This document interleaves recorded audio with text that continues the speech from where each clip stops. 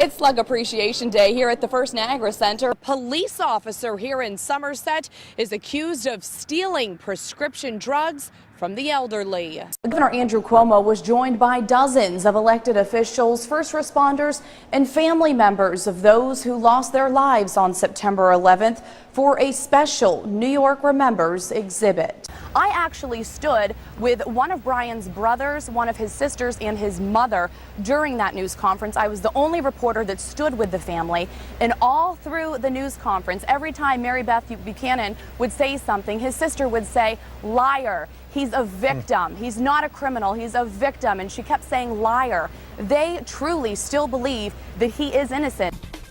The accusations are shocking, to say the least. Parents and trusted loved ones driving drunk with young children in the car. Now we've learned new laws to protect kids are in the works at the highest levels of Rhode Island's government.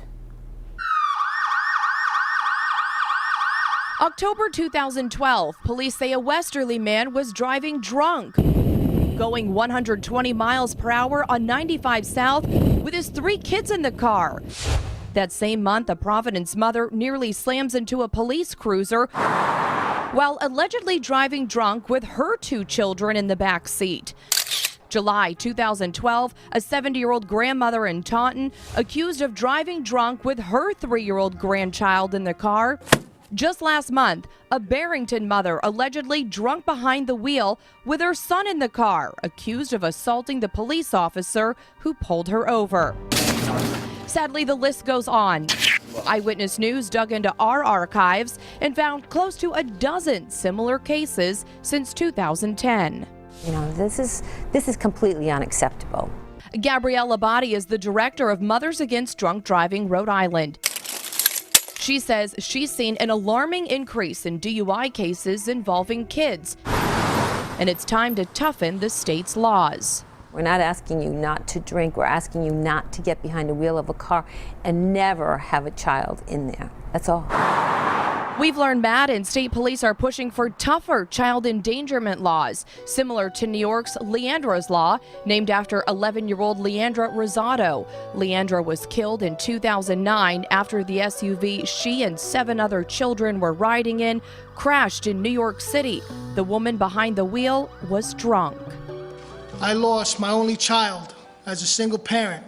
She was my heart, my soul, and my best friend.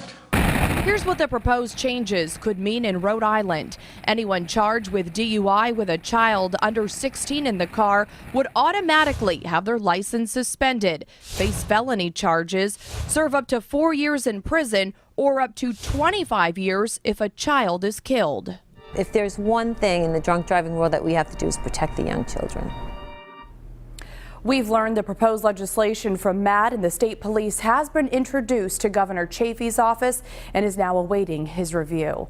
I'm Jennifer Mobilia, Eyewitness News. It's Slug Appreciation Day here at the First Niagara Center, and as the Buffalo Sabres kick off the new season, they offer their fans deep discounts on the latest merchandise. The doors opened at 10 o'clock Monday morning, and hundreds of die-hard Buffalo Sabres fans flocked to the Sabres store, dressed in their favorite Slug apparel, to honor the former logo and to score 41% off the current merchandise. White jersey, a new Sabres throw, and I got a new hat.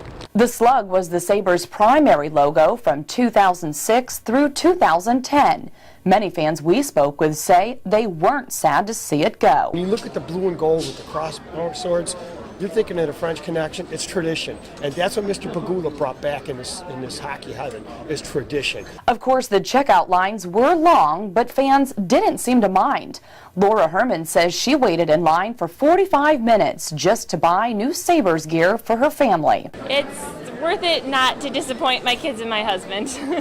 And look who was behind the counter bagging, Sabres president Ted Black. He says offering fans 41% off the new merchandise was important to him. I just felt bad on a personal level because I know how expensive jerseys can be and how hard people work to save up money to buy their favorite jersey. And if somebody had done that and we said we were getting rid of the Slug jersey, they probably felt like they had wasted their money, so we wanted to do something back give something back to the fans. The 41% discount was to honor the Sabres' 41st season. Now, to make the deal even sweeter, the fans actually got to keep their old merchandise in addition to purchasing the new merchandise at 41% off. At the First Niagara Center, Jennifer Mobilia, YNN.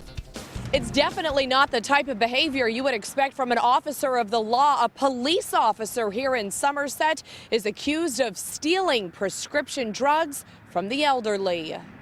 33-year-old Somerset police officer Ricardo Pavo is in big trouble with the law. He's accused of taking prescription drugs from elderly residents here at North Farm Estates. That's wrong. That's not a way to do. Go to the folks' home and rob some medication from an old man or an old lady. According to his own department, this past Sunday, while in uniform and on duty, Pavo came to this apartment complex and told residents he was collecting emergency contact information and expired prescription drugs. But when a resident called the department to tell police they accidentally gave Officer Pavo the wrong info, he was busted. Shame and shame.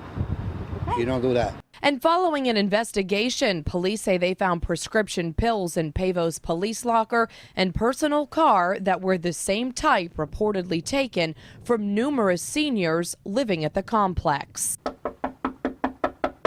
Eyewitness News tried to get Pavo's side of the story, but there was no answer at his door Wednesday night. Pavo has been placed on administrative leave. He's also been sent for drug testing. He's due back in court on March 28th. In Somerset with the Southeastern Massachusetts Mobile Newsroom, I'm Jennifer Mobilia, Eyewitness News. I actually have some breaking news to pass along. I was just given a piece of paper literally 30 seconds ago. I'm reading it for the first time on the air. It's from Governor Lincoln Chafee. It says that the governor has restricted motor vehicle travel on routes 95, 195, 146, 24, 295, beginning at 5 p.m. So that's in less than 30 minutes, and that's continuing until further notice. Now, obviously, there are some exceptions for the media, for public safety vehicles, emergency vehicles, and plow crews. So, folks, obviously, this is a very, very serious storm. You need to get off the roads. It is very dangerous out there. The roads are snow covered. They are slippery. They're slushy. And again, the governor telling you, you have got to get off the road. So this is new information. And we are expecting the governor to be here about 5:45. We are expecting to have a live interview with him. So we do hope to have more information. But again, the roads are treacherous. So again, we hope to have him here at 5:45, but it could be later depending on the travel conditions. So again, breaking news, more information for you. Sending it back to you at the desk, Mike and Susan. What started as a one-alarm fire around 3:45 Tuesday afternoon quickly spread to this, an out-of-control 4-alarm blaze at Salerno Paint and Paper Company. 400 gallons of paint in there. There's lacquer thinner, all kinds of paint products in there, and we're not sure about all of the specifics, but we know that there's a large amount of paint and lacquer thinner in there. The building was completely engulfed in flames. A thick cloud of black smoke and potentially toxic fumes poured into the residential neighborhood, leaving some feeling a little uneasy. It's real bad. My throat is burning, my eyes is burning, you can't barely see nothing. Like my eyes burning, my throat burning. The fire commissioner says the residents have not been evacuated. However, they have been advised to stay inside their homes with their doors and windows closed. And as a precautionary measure, hazmat has been called to the scene to monitor air quality. A shocking crime caught on camera. A couple enters this North Dartmouth pet store and walks out with a stolen bunny rabbit. Take a look at this. It's surveillance video of a baby bunny being stolen from Melissa's Pet Depot in North Dartmouth. Took all of about 30 seconds. Walked over to one of our bunny cages, reached down, grabbed one of our little bunnies, and bolted right out the front door with them. Owner Melissa Raposo says the crime happened just before 7:30 Wednesday night. You can see the woman in the pink shirt picking up the bunny, looking around, then tucking the bunny into her arms and taking off. The bunny is what they call a mini lop. It'll have the floppy ears. It was a very young bunny, only about 6 weeks old, all tan in color and just very tiny. Raposo says most bunnies cost around $35, leaving her to believe if this criminal can't afford to pay for the bunny, they probably can't afford to care for it either. We just want our little bunny back so we can make sure it goes to a good home. Melissa's Pet Depot is offering a $100 reward for the safe return of that little bunny rabbit. Anyone with information is asked to call the pet store or North Dartmouth Police.